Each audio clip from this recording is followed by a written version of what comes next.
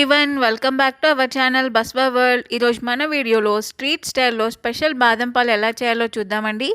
ఈ సమ్మర్లో ఏదో ఒకటి చల్లగా తాగాలనిపిస్తూ ఉంటుంది కదా, అలాంటప్పుడు చాలా తక్కువ ఇంగ్రీడియంట్స్తో ఫాస్ట్గా రెడీ అయిపోయే బాదం పాలు ఇంట్లోనే ఎలా చేయాలో ఈరోజు వీడియోలో చూద్దామండి. వీడియో లాస్ట్ వరకు చూడండి, స్కిప్ చేయకుండా. ఇప్పుడు దీనికి ఏమేమి కావాలో చూసేద్దాం. నేను 100 గ్రామ్స్ బాదం తీసుకుని ఇలా ముందు రోజు నైట్ నానబెట్టుకుని పొట్టు తీసుకుని పెట్టుకోవాలి. ఇలా ఇంకా 1 లీటర్ మిల్క్ తీసుకున్నానండి, 2 spoons custard powder, 50 grams sugar, కుంకుమ పువ్వులో వేడి నీళ్ళు వేసుకుని ఇలా నానబెట్టుకుని పెట్టుకోవాలి. ఇప్పుడు ఒక మిక్సీ జార్ తీసుకుని దానిలో ఇలా బాదం వేసుకుని కొద్దిగా పాలు వేసుకుంటూ మెత్తని పేస్ట్ లాగా గ్రైండ్ చేసుకోవాలండి. ఇలా ఇంత మెత్తని పేస్ట్ లాగా గ్రైండ్ చేసుకుని పక్కన పెట్టుకోవాలి.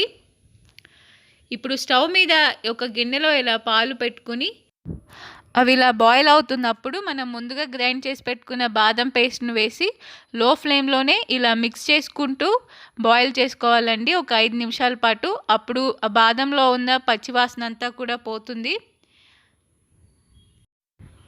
ఇప్పుడు ఇలా కొద్దిగా పాలలో 2 స్పూన్ల కస్టర్డ్ పౌడర్ వేసుకుని అస్సలు ఉండలు లేకుండా బాగా మిక్స్ చేసుకుని పక్కన పెట్టుకోవాలి. ఇప్పుడు పాలలో మనం ముందుగా పెట్టుకున్న సాఫ్రాన్ వాటర్ ఇంకా షుగర్ కూడా వేసి అవి రెండు కూడా బాగా మిక్స్ అయ్యేంత వరకు ఒకసారి కలుపుకోవాలి. ఇప్పుడు నేను చెప్పే కొలతలతో చేస్తే మీ ఇంట్లో 4 to 5 మెంబర్స్కి ఈజీగా సరిపోతుందండి.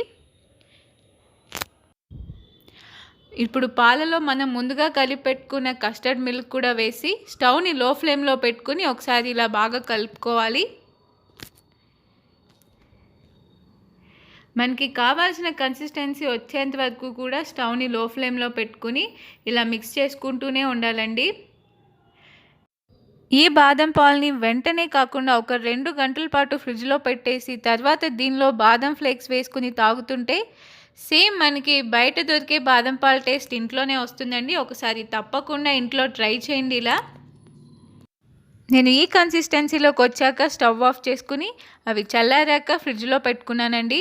మీరు కూడా ఒకసారి తప్పకుండా ట్రై చేసి మీకు ఎలా వచ్చిందో కామెంట్ సెక్షన్లో నాతో షేర్ చేసుకోండి. ఇలాంటి మంచి రెసిపీస్ కోసం మన ఛానల్ని తప్పకుండా సబ్స్క్రైబ్ చేసుకోండి. పక్కనే ఉన్న బెల్ని కూడా ఆన్లో పెట్టుకోండి.